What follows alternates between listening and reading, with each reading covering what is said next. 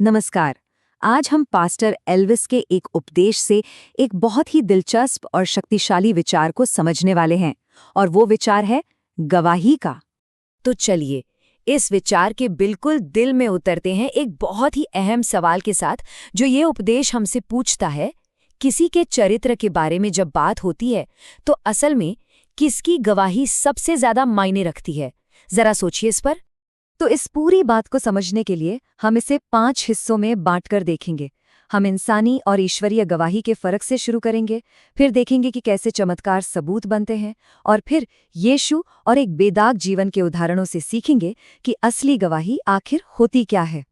तो सबसे पहली बात ये है कि गवाही ना दो तरह की होती है।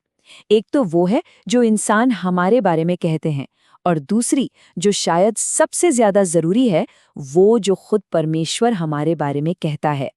देखिए, इंसानी गवाही तो लोगों की राय और बाहरी दिखावे पर टिकी होती है ना? लेकिन जो डिवाइन टेस्टिमनी है, जो ईश्वरीय गवाही है, वो किसी के दिल और उसके कामों के बारे में परमेश्वर के सीधे ज्ञान पर आधारित है, और इसे ही परम सत्य माना जाता है। एक ऐसी सच्चाई जो कभी नहीं बदलती।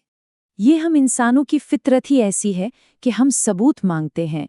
प्रेरित पौलुस के ये शब्द इसी इच्छा को दिखाते हैं। लोग जानना चाहते थे, क्या सच में परमेश्वर का आत्मा पौलुस में काम कर रहा है? कभी-कभी हमें भी अपने जीवन में ऐसे ही किसी सबूत की जरूरत महसूस होती है ना? तो सवाल ये है कि परमेश्वर ये सबूत देता कैसे है। चलिए इसी को समझते हैं, और इसके लिए उपदेश में मूसा की कहानी का एक बहुत ही अच्छा उदाहरण दिया गया है।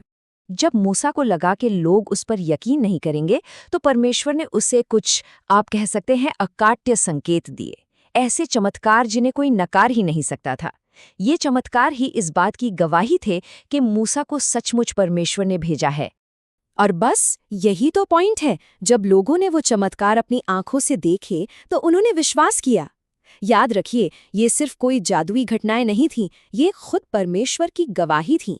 और अब बात करते हैं सबसे बड़े उदाहरण की, जिसकी गवाही सिर्फ शब्दों में नहीं, बल्कि उनके कामों और उनके बेदाग चरित्र में थी। अब जरा इस सवाल की हिम्मत और इसकी गहराई को महसूस कीजिए। ये सिर्फ एक सवाल नहीं था, ये एक खुली चुनौती थी।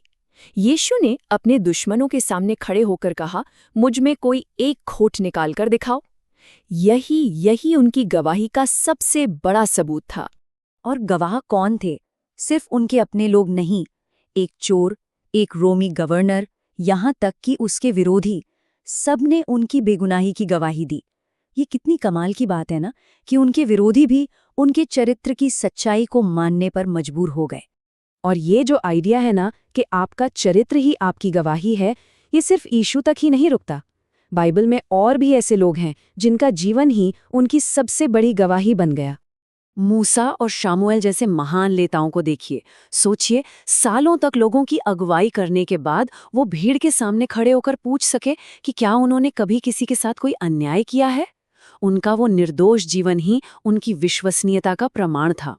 तो इन सारे उदाहरणों का, इन सारी कहानियों का मतलब क्या है? हमारे लिए इसमें क्या है?